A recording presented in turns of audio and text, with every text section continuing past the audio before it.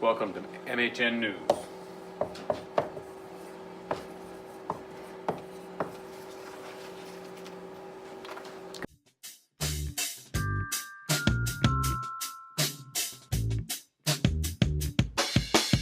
Good afternoon. Hello there, fellow Maynardians. And this is MHN News. Welcome back to MHN.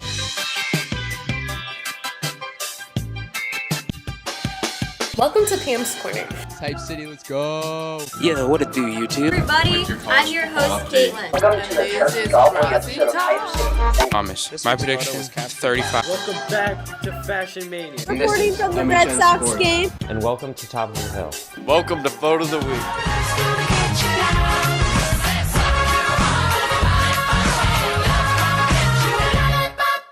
Welcome to Season 4 of MHN, Mashup Edition. I'm Cam. And I'm Nate. In this edition, get ready to see all your favorite characters change segments for the day. First up, the Interact Club packaged food for the less fortunate at Littleton High School for Rise Against Hunger. Now to the Hype Queen Caitlyn, who's taking over my segment for Hype City. My name's Caitlyn, and you're watching Hype City. Double-digit thousands.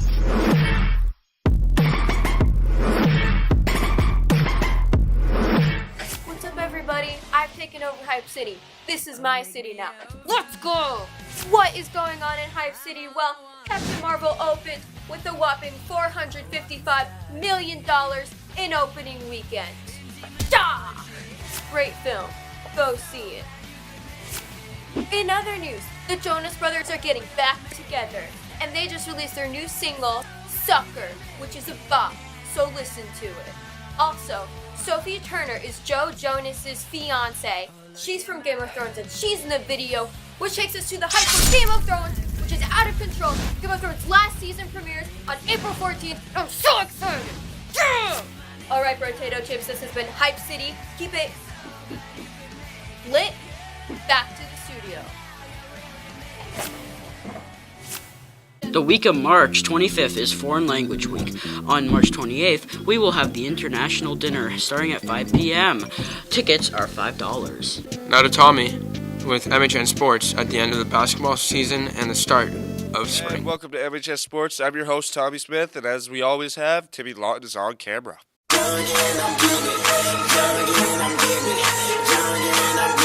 And basketball season just finished up for the Maynard High School teams as the boys lost in the semifinal of the district to Worcester Tech, who ended up being the state champion, and the girls team ended up losing in the district final to Monty Tech in a barn burner. And as we know, as spring is coming upon us, baseball, softball, and track are in the near future, so be ready for that as tryouts will be coming very soon.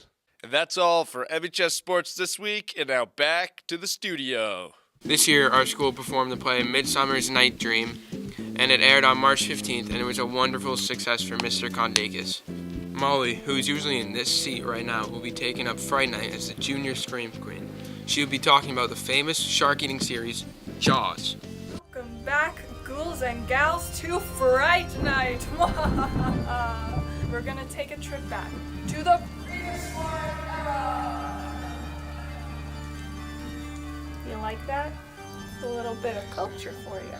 One of the scariest movies that has haunted me for my entire life has been Jaws. Now I know what you're thinking. Jaws, Molly? It's an animatronic shark that, fun fact, didn't even work properly, which is why you never got to see an underview of it.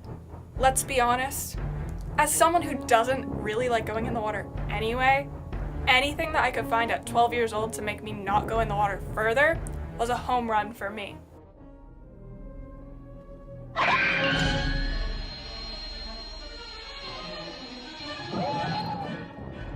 Did you know that you're 100 times more likely to die in a car crash on the way to the beach than you are to be bitten by a shark and die at the beach? One of my all-time favorite movie series is Jurassic Park. Dinosaur, velociraptor, running, screaming, peril, Dr. Ian Malcolm. And finally, E.T. E.T. is not scary at all, but it did scare me as a child watching it. Why? The corn maze scene. Prior to filming of that scene, the boy who played Elliot had never seen the E.T. animatronic before. So that was his genuine reaction to seeing it in the cornfield. Now do you get why it's a little bit scary? Plus, he does have a light up finger. That's a little bit unnerving, you know? Just a little bit. Horror pro tip: the mean girl never survives. Be a nice person, and you might live through a horror movie. This week's Flicks Pick: The Umbrella Academy, which Caitlyn will actually give you more on next week. Stay tuned. Kyle has all new photos on Photo of the Week. I'm Kyle Monahan, and this is the Mashup Edition of MHN News. I'm taking over Photo of the Week, which is usually done by Timmy Lawton and Tommy Smith. This is a picture of Max Ludwig's maroon shoe with the cool, crisp bottom. It also has a little bit of his pajamas because that day was pajama day. This is in the darkness of the camera booth. This photo was submitted by Adam Fowler when he was at the concert for the rapper A Boogie with the Hoodie. A Boogie with the Hoodie just performed in Boston. It was an awesome concert, and this is a really cool photo of him up on stage with the lights on him. This picture was submitted by Patrick Canerney. It is of the beautiful water and the multicolored sky. You can also see the sun a little bit in the picture. Thank you for watching Photo of the Week. Now back to the studio. There is another Little Mermaid play. Check out the flyers around the school for more info. Whoosh. Good evening and welcome to MHN News. I'm Andy. This is Investigating the Streets.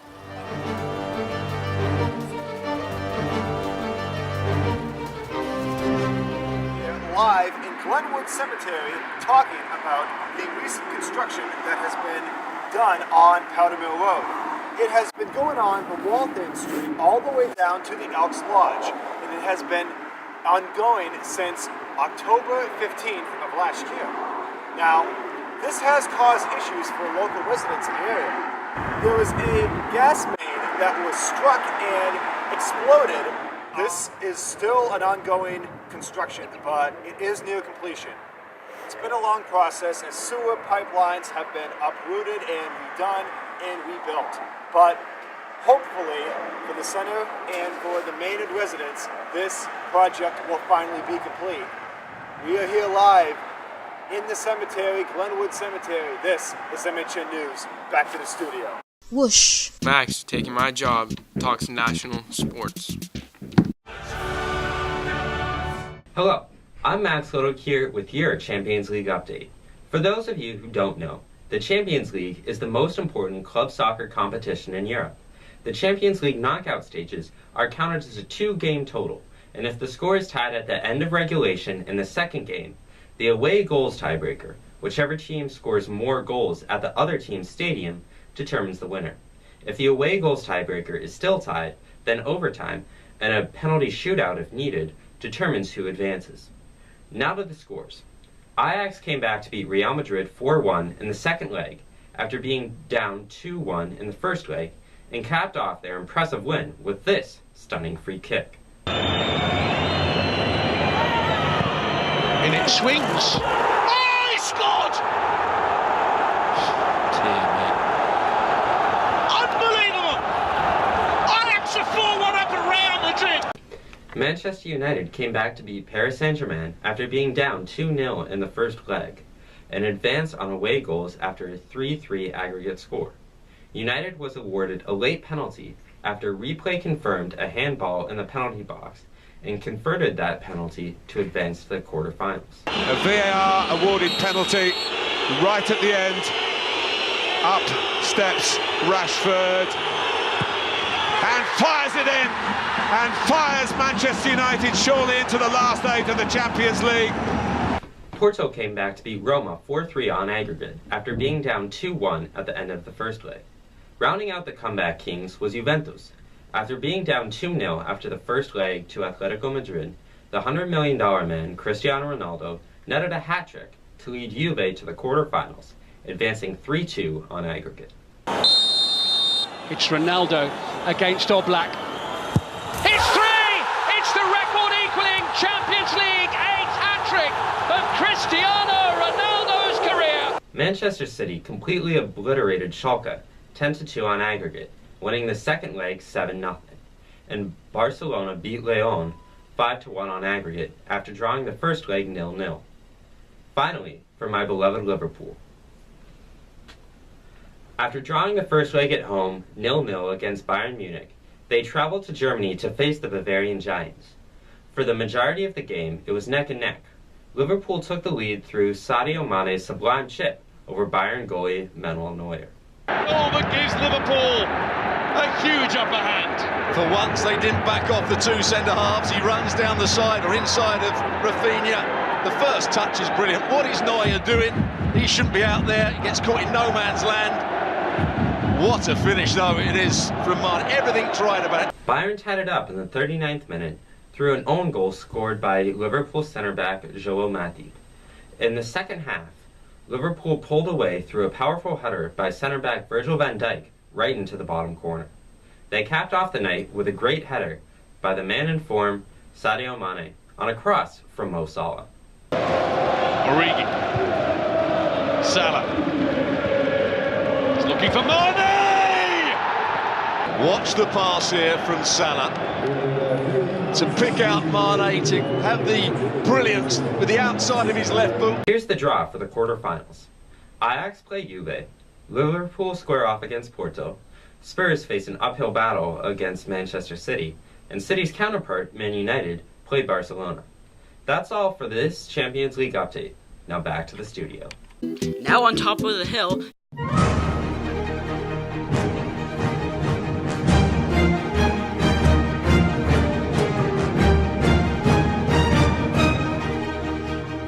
Welcome back to Top of the Hill. I'm Tom Hellerstein. Today I'm going to talk about the touchy subject of the brutal and repeated racism seen throughout the United States of America. There is no denying that there's a prevalence of racism in this country, seeing as the base was built off the backs of slaves. The backbone of America's development was that of the upper-class, white male landowners who had the opportunity to vote and bring up their ideas. But physically and economically, America was built off the black slaves stolen from Africa. Now, let's remember, slavery was abolished in 1863 by Abraham Lincoln. So, embittered upper-class citizens developed a feeling of hatred or extreme dislike for minorities, especially African Americans. After 100 years of systemic racism via the U.S. police force, justice system, and treatment by the general public, the Civil Rights Movement arose. From 1954 to 68, world-renowned MLK Jr. led the movement for justice for all races. This movement was powerful, pushing civil rights into effect, including the Civil Rights Act of 1957, allowing federal prosecution of anyone trying to prevent someone else from voting. One can make the point that America has progressed leaps and bounds in the means of racism, which by all means is true, but a mass of white men still found it appropriate to go to a Robert E. Lee statue with tiki torches very closely resembling a KKK meeting. Taking a step back, this is an extremely heated and controversial topic, but while America is all about freedom of speech and self-expression, this has become an often violent and quite horrifying movement. A well-running, smoothly led country does not have two masses of people so angry they are willing to kill each other for their point of view or opinion. Differences of opinion is important. That's how arguments are settled and problems get brought up and talked about. But this has gone too far, while racism continues to rise up through sources such as entertainment that is outright disgusting, yet found funny by an unfortunately large amount of groups of teens and adults in America. American citizens need to set down their arms and back off their aggression for long enough for this country to settle this issue. The solution, as we have learned, is not opposing protesters meeting in the streets and taking shots at the other side, or even a movement for either side. This country needs to sit down and have a talk similar to the tone and context of FDR's fireside chat. Rather than the president talking to the whole country, we need to have a calm discussion about the issues we face as a whole. The entire idea that there are sides to this speaks volumes. This country is the United States of America, not the divided states of arguments. So everyone take a deep breath, do some research, and have a calm, productive discussion with a fellow American. In conclusion, all lives matter. Please stop fighting and killing each other. And that's it. I'm done.